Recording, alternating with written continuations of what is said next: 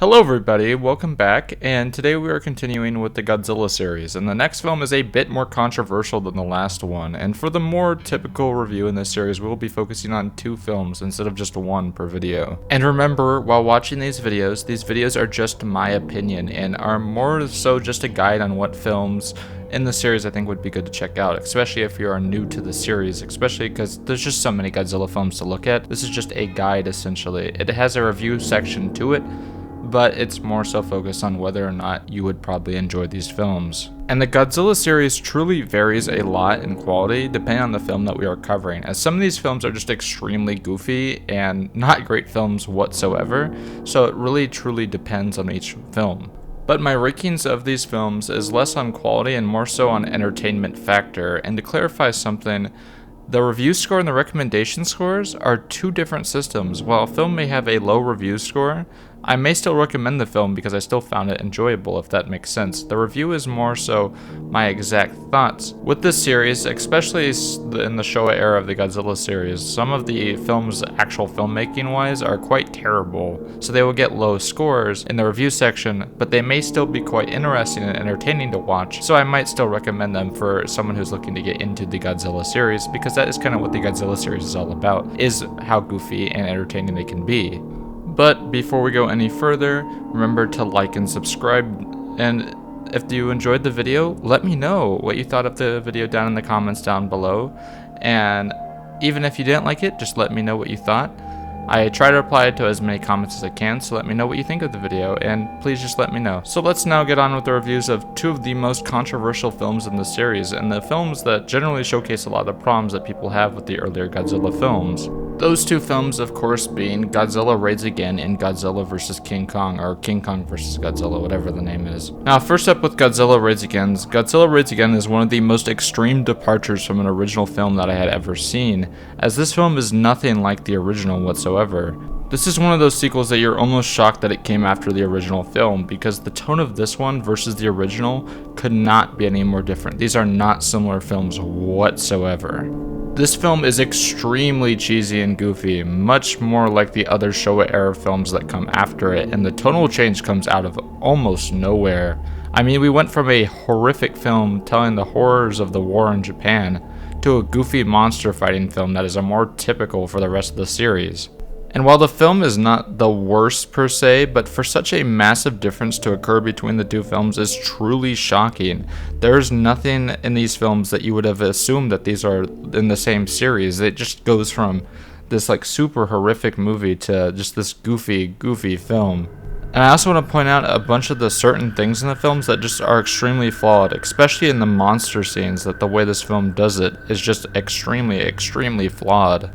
Compared to the first film, where Godzilla was mainly shot in low angles and in ways to make him look like this extremely massive and slow-moving behemoth, the film does the opposite of this and shoots him from extremely far away and just makes him look a much less intimidating and much more small in the film, which is just like a small gripe, but is a very noticeable one to me. In the original film, Godzilla looks like the giant behemoth coming to the city. He looks terrifying. He looks like this giant creature is just coming onto shore, while in this film he looks like a just normal monster movie villain, where it's like super wide angles and he doesn't look really that intimidating whatsoever. And they don't do a lot of the same miniature tricks which the original film did, and because of that I think the miniatures don't look anywhere near as good as the original. They also added a level of goofiness that you wouldn't expect to come from the other films, as well as really boring human stories that don't really add anything to the film. They're just kind of there.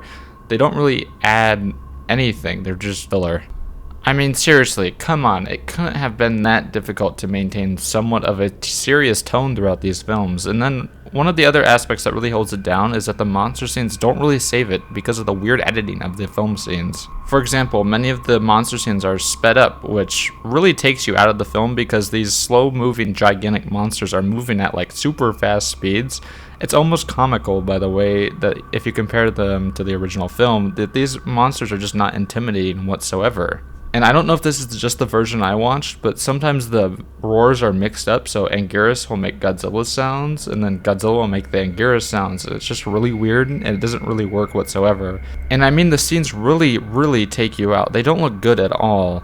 For the very first time you see Godzilla and Anguirus, you know it's not going to be great due to the way the fight scenes are done. And while I actually like the look of the Anguirus suit, I think the Godzilla suit in this film generally looks really bad, and just takes you out of the film as well. It just doesn't work, and the suit looks improperly maintained, and it just doesn't look really good, and looks like it's falling apart throughout the film. And in this film, they try to explain the existence of Godzilla, which I think just doesn't work as well as the other films, and would most likely would have worked better if it had just been left up to the viewer's imagination instead of trying to explain it all to the audience. What I think one of the funniest parts of the movie is that they just use literally shot-for-shot scenes on a projector that they all watch, and the scene of them explain how Godzilla came to existence of the original film. Like, this is shot for shot.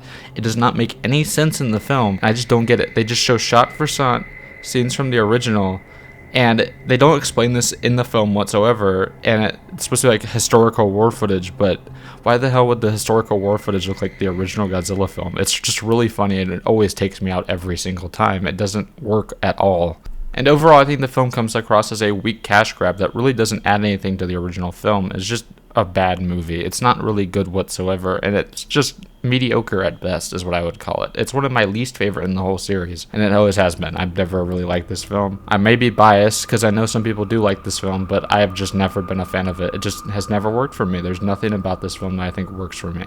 Now for a film I think that works a little bit better for the whole big monster fight scenes than the other film that I've covered, and that is of course King Kong vs. Godzilla. And I think this is the first film to truly go into the full kaiju film territory, where the only thing you really truly care about in the film is the big monsters. There's nothing else that really matters to the viewer at this point. And I hate to say it, but I think almost everyone agrees this is the point where you literally do not care whatsoever about what the humans are going through. You are just caring about what King Kong and Godzilla are doing in this film.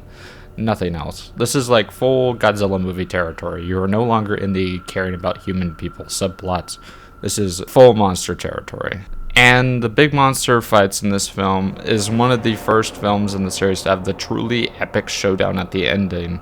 And while I think the human plot of the film is extremely weak, the fight in this one is truly something that makes the film worth watching compared to the other films. And for this review, I watched the American version of the film, which has the hilarious re-edits of the film where they add English-speaking characters, and those scenes genuinely are quite entertaining, like the guy shouting Godzilla while in the helicopter, which is really funny to me for some reason because the line delivery is just really bad. This film is starting to get more into the so bad it's good territory for the Godzilla films because the acting is getting really subpar, but the monster scenes are really fun. So you're getting into the more entertaining, but filmmaking wise these films are not that good. But if you're looking for an entertaining kaiju showdown, this is the film. These films are what you are looking for. This is more what you're expecting out of a Godzilla film, and that's what to expect for the rest of the series. This is kind of what to expect for the rest of the series, as this is pretty normal for a Godzilla film, and it's not too far into cheesy territory compared to some of the other films in the franchise. And it's not really boring that much at all, except for in the human scenes, which is pretty normal for a Godzilla film. And it's also helped as there's an abundance of monster scenes in this film. There's a lot of them. It's not really as much human stuff, even though there is a lot of human stuff in this one. There isn't enough to keep you from getting bored, if that makes sense. You are still entertained due to the constant monster scenes in the film. The only truly weak points of the monster scenes are probably the designs of the monsters themselves, as it's truly one of the weaker points of the films, as Godzilla and King Kong look kind of different in this film. They look pretty goofy, and although I think Godzilla doesn't look anywhere near as bad as he did in Rise Again, he still looks a little off. He still looks a little rubbery, if that makes sense. It doesn't really work. And with King Kong, they really fumbled the bag with the design. It looks really bad. It's so funny to look at.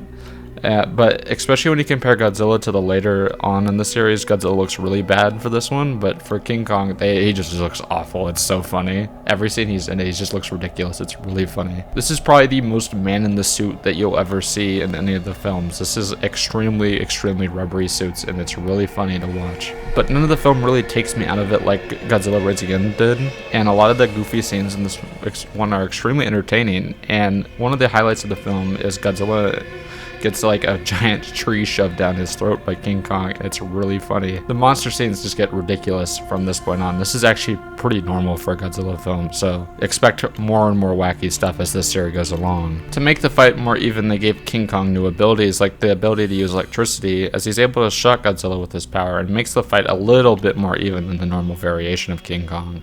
Now, if I'm going to mention one of the major flaws in the film, there is a slight amount of racism that is shown in the Skull Island section of this movie, because there is a small amount of blackface in the film that does not age really well, and it's pretty disappointing to see in the film, and is just a wrong addition to the film, and it is disappointing to see in the film. But besides that, the film is still entertaining, and was a good watch besides that, and although incredibly cheesy.